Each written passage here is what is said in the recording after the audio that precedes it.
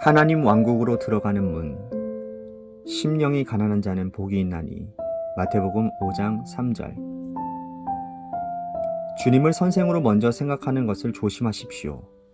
만일 예수 그리스도께서 선생에 불과하다면 그분이 할 수 있는 모든 것은 내가 다다를 수 없는 기준을 세워놓고 약을 올리는 것입니다.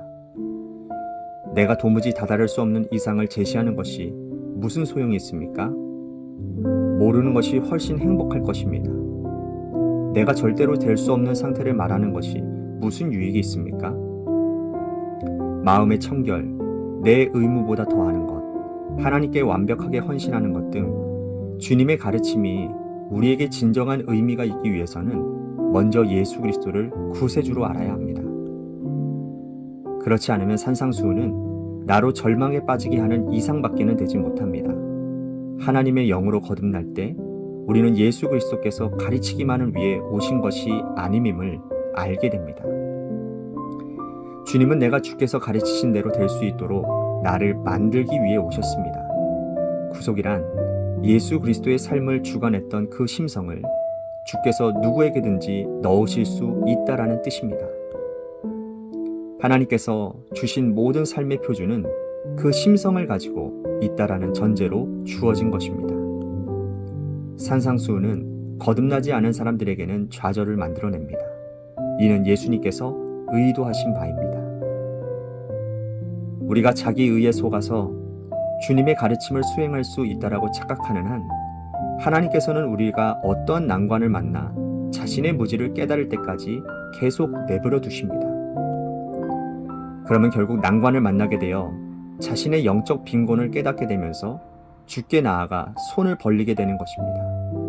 마음이 가난한 자는, 이것이 하나님의 왕국에 들어가는 첫 번째 원칙입니다. 예수 그리스도의 나라에 들어가는 분은 가난이지 풍요가 아닙니다. 예수 그리스도를 위한 나의 결정에 의해 들어가는 것이 아니라 자신에 대해 완벽하게 무용지물이라는 사실을 의식할 때 들어가게 되는 것입니다. 나는 아무것도 할 수 없습니다.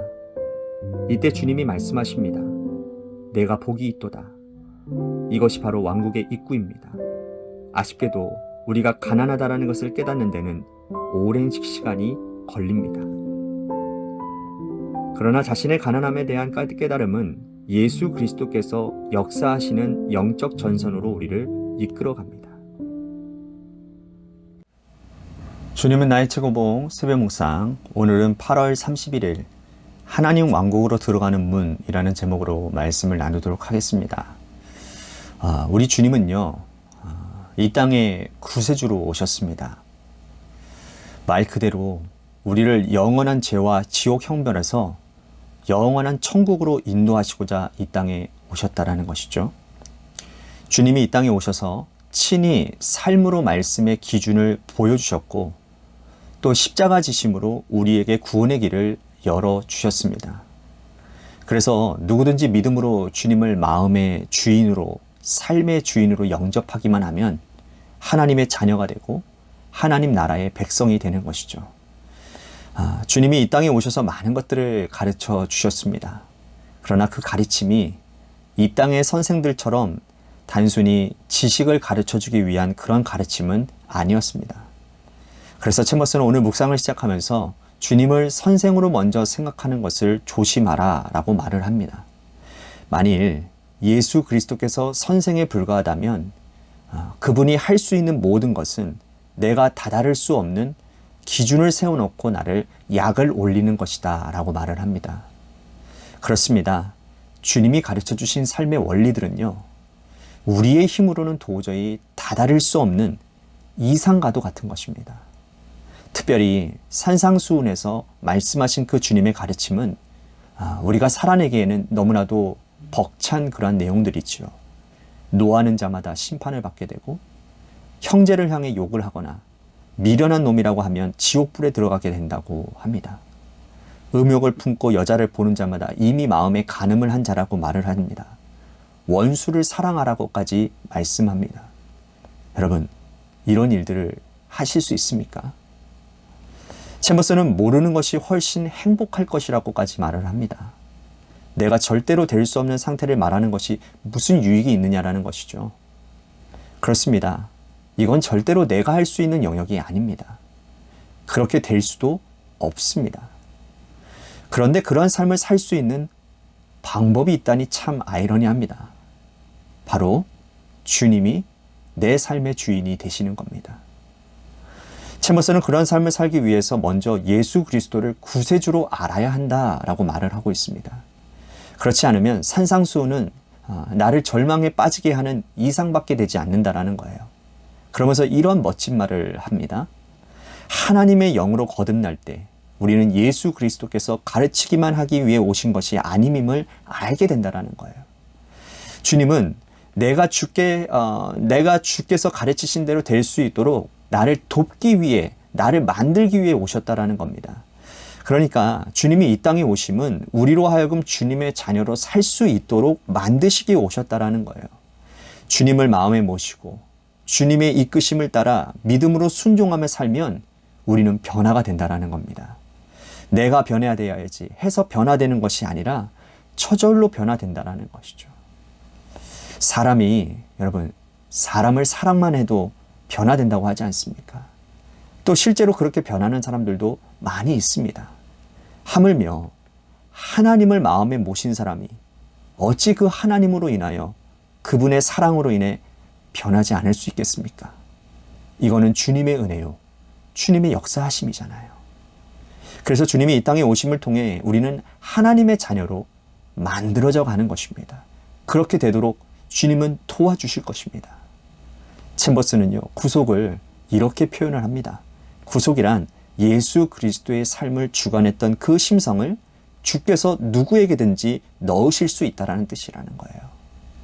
구속을 받은 하나님의 자녀들에게는 반드시 성령님의 임재가 있고 그 성령님의 임재를 통해서 주님을 닮아가게 된다는 말입니다.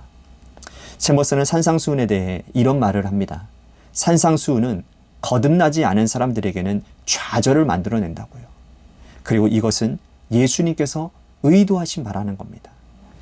우리가 자기의 의에 속아서 주님의 가르침을 수행할 수 있다라고 착각하는 한 하나님께서는 우리가 어떤 난관을 만나 자신을 무지를 깨달을 때까지 계속 내버려 두신다라는 거예요.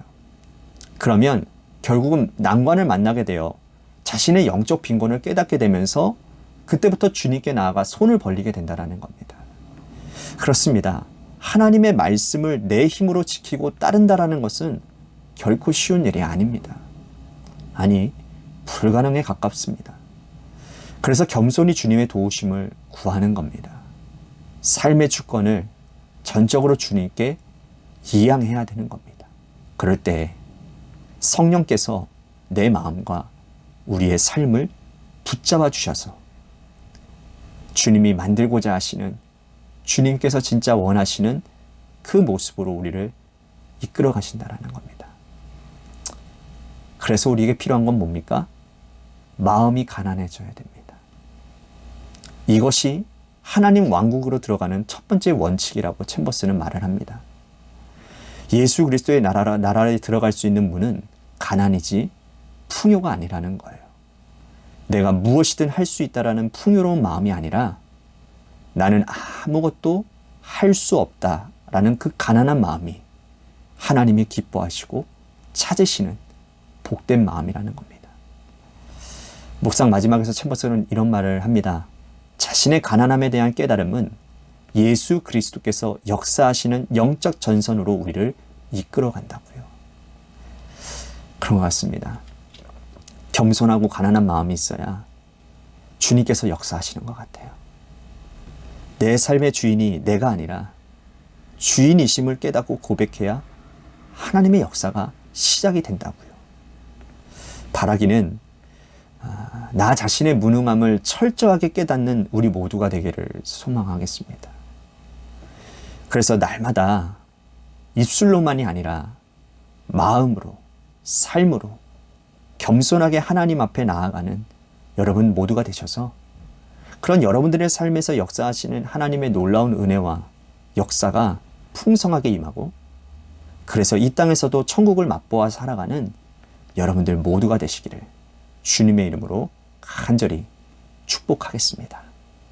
아멘.